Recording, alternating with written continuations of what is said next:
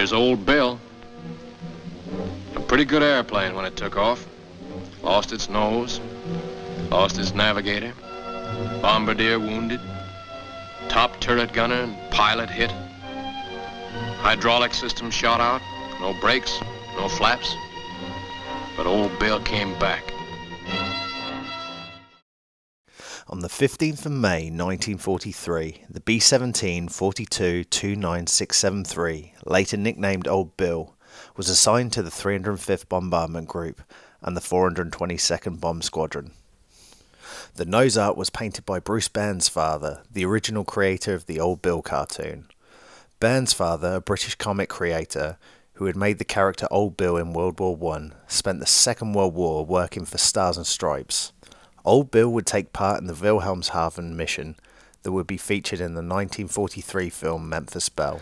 During the mission, just a short distance from the target was blanketed by cloud cover. The crew would proceed to the secondary target. In a matter of seconds they were swarmed by Focke-Wulf 190s, which launched a head-on attack at the B-17.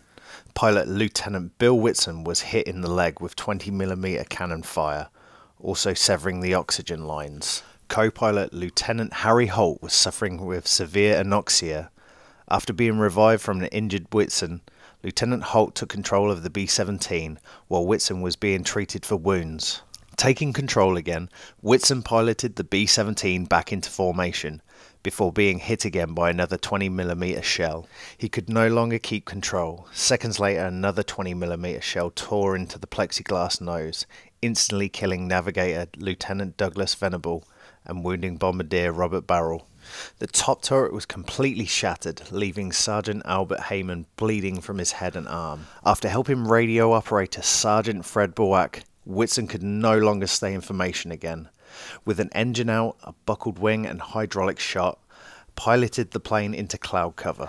Taking over the controls, Sergeant Heyman stepped in to help fly, whilst Whitman regained his strength.